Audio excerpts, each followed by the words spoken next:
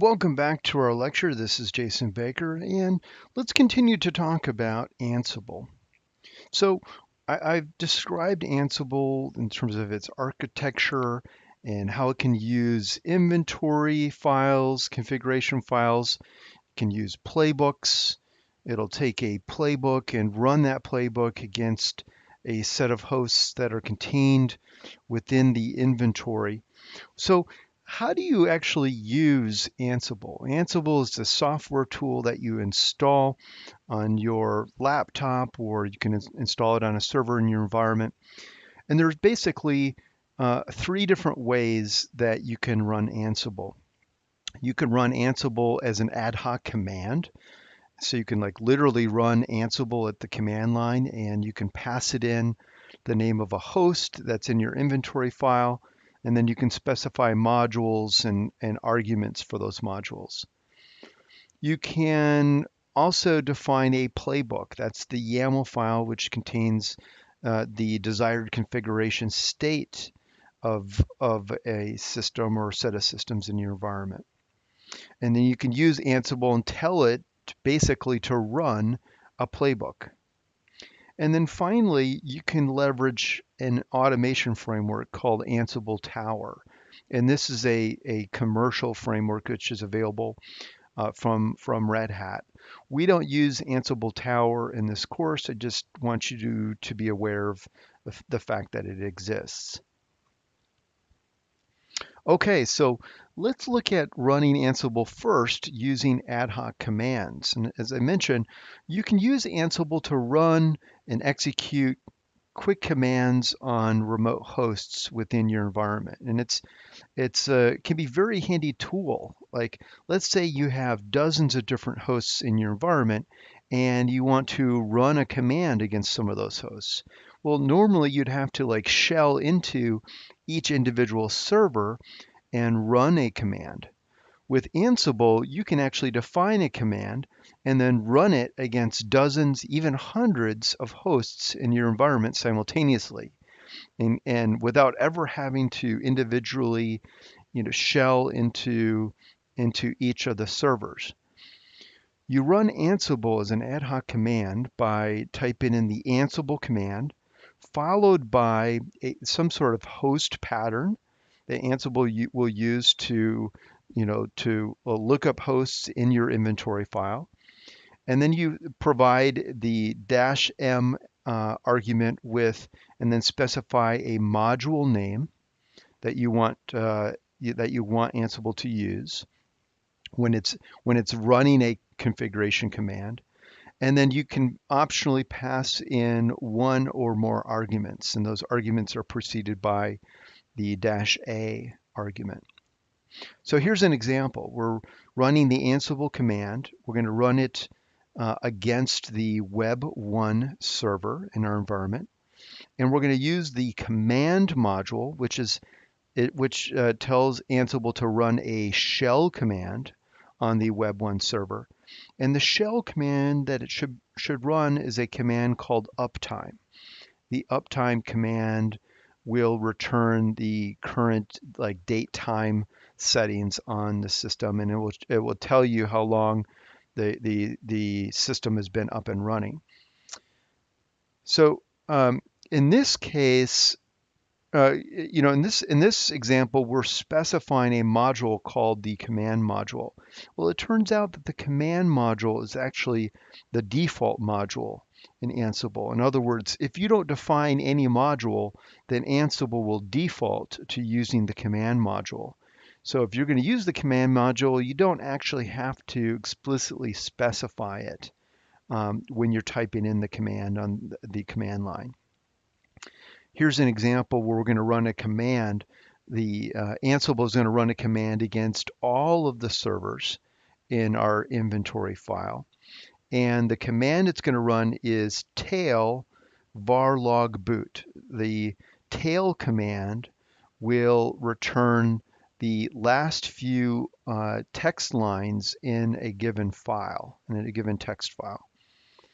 And it will run this command as the sudo user on the system. That's what the -u sudo means. So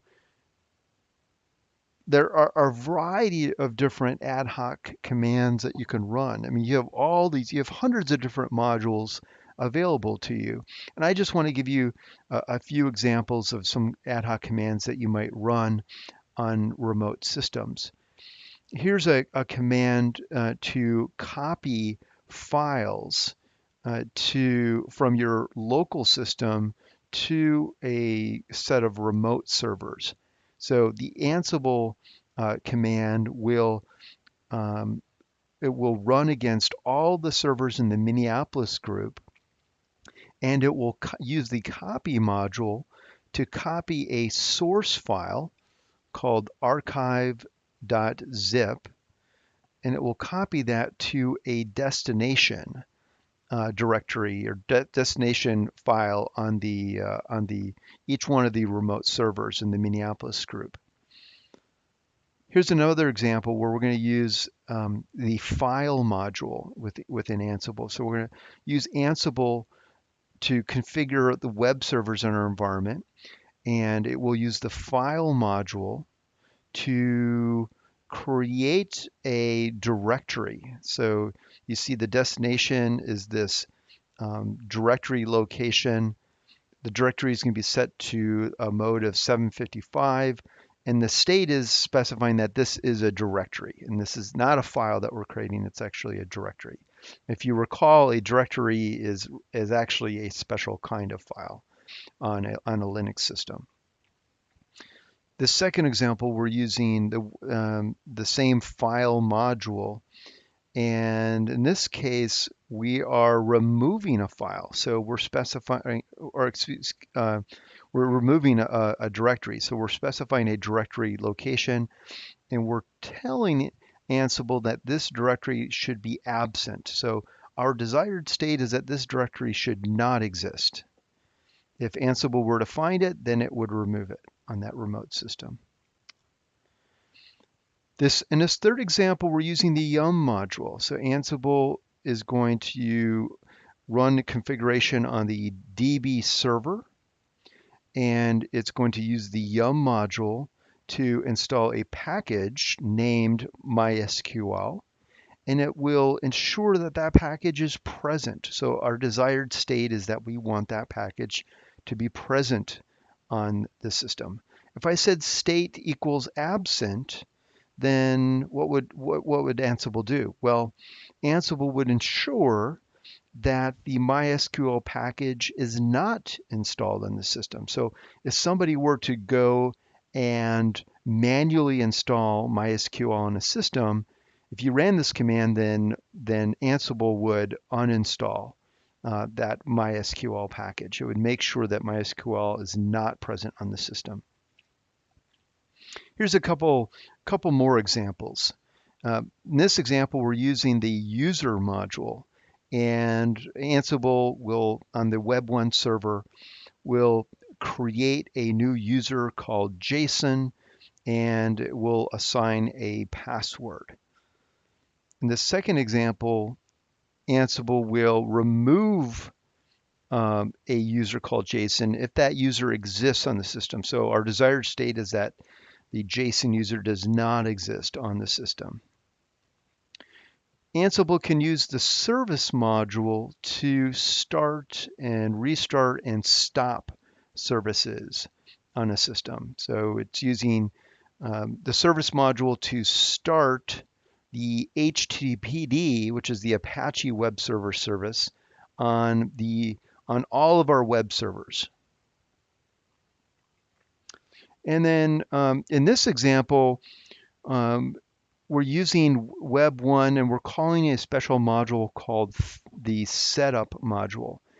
The setup module is going to gather what we call facts from the remote server. It's going to gather facts from the Web1 system. And I'll talk about facts a little bit later in the lecture, but essentially you can think of facts as being an inventory of all the different properties of a system. So let's run some ad hoc commands, and so you get sort of a feel as to how this would work. Now I've created an Ansible cloud formation template that you can use to spin up an Ansible environment for development and for working on class project and your homework assignment. This cloud formation template creates three EC2 instances. It creates a management server instance, and the management server instance has Ansible installed and configured on it. And then it also creates two other instances, one that is a web server instance, the other one that's a database instance. The web instance and the database instance aren't actually configured yet. They just have those names and those labels associated with them.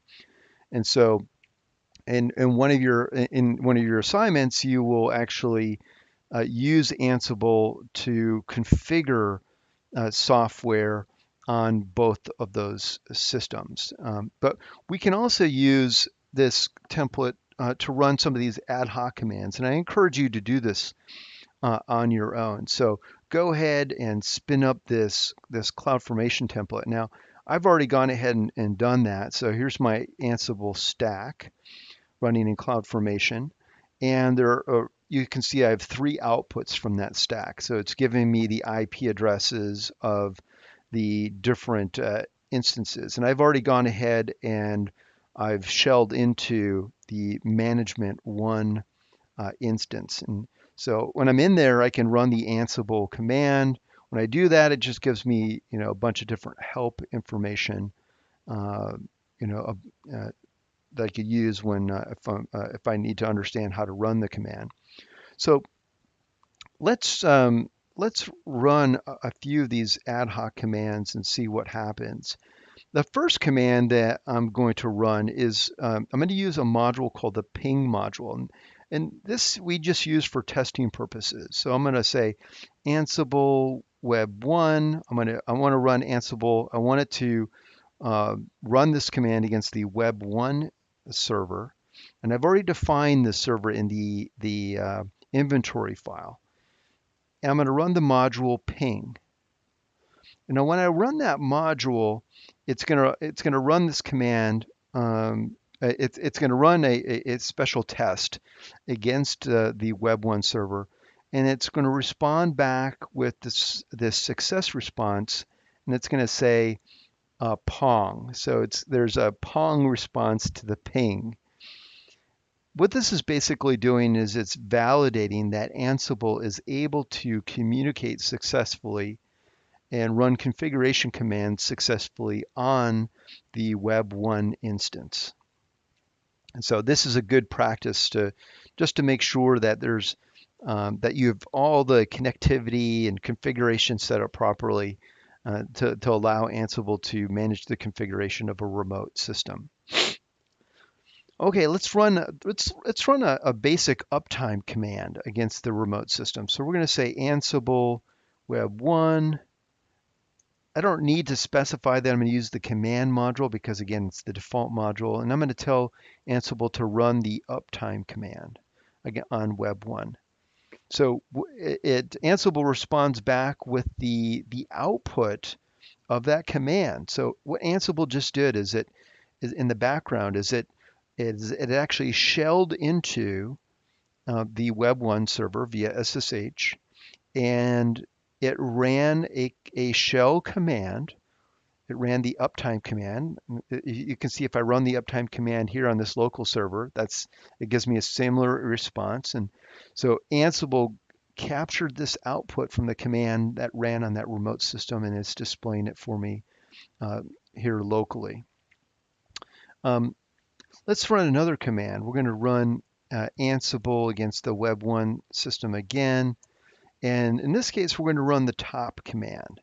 And the top command is going to give me a list of different services running or processes running on that remote system, and it's going to sort them based upon the memory allocation.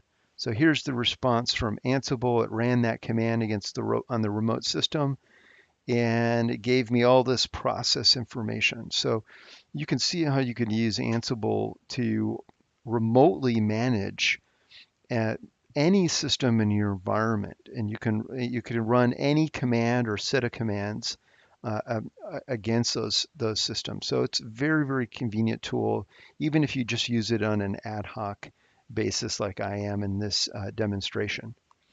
Well, let's install some software on our remote system using Ansible. So I'm going to type in Ansible. I'm going to run that against the Web1 server, and I'm going to use the Yum module to install some software. Now I'm going to pass in a special argument because I want, when I'm running this command, I want to become the super user. So I want to use sudo. So I pass in the become argument. And I'm also going to specify that I want to install a package called Nginx, and the desired state is that I want that package to be present on that remote system. So let's go ahead and run this command. Now, this will take a few seconds or so, and here we go. So we got a success response from Ansible. It captured the output from the command, so you can see that it ran yum and installed all the packages and dependencies and so on, and successfully installed the software for us. Now, what if I were to run that same command again against the Web1 instance? Let's try that, see what happens. So we try to run it again, and Ansible says, hey, that Nginx package, it's already installed on the remote system, so there's no need to install it again. And so this is an important part of configuration management. And so the configuration management tools like Ansible are idempotent, so that meaning that you can run the same command over and over again and achieve the same desired state. Because when you're defining these commands and when you're defining the playbooks, which are YAML files, you're essentially defining what you want the desired state of that system to be. And so if you were to run the same playbook over and over and over again, then Ansible would ensure that that desired state is always maintained. And if it doesn't need to do something, then it skips it. It knows that it doesn't need to, in this case, it doesn't need to install Nginx. Well, how do we remove Nginx? We can use a similar command, and in this case of saying, instead of saying that we want Nginx to be present, we can say that we want Nginx to be absent from that system. That's the desired state. And now if we run that command, you'll see that Nginx now removes the Nginx package from that system. So Ansible is a very powerful ad hoc tool, and you can use it to manage the configuration of systems and run these little management commands. It's very helpful if you have to run a particular command against a dozen different servers in your environment. And oftentimes we're using playbooks, and we'll be looking at those next. We'll use playbooks to describe how we want to configure our systems. One last thing I'll mention about Ansible when you're running it in this this ad hoc mode is you can specify this -c flag on the command line, and that turns on what's called check mode in Ansible. What Ansible will do then is it will basically check to see what will happen if it were to execute the command. So it's kind of it's kind of giving you a preview as to what Ansible would do. It's a dry run of that command. So let's see what that might look like if we were to do.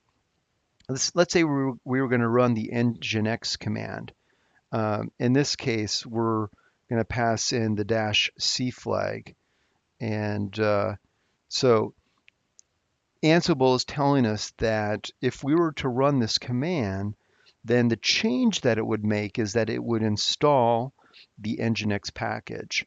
Now, this is a dry run. Ansible didn't actually install the software. It just told us that if we were to run this command, that this is what it would do. So the check mode is a good way to kind of validate what a command is going to do before we actually run the real command on a remote system. So very, very helpful tool.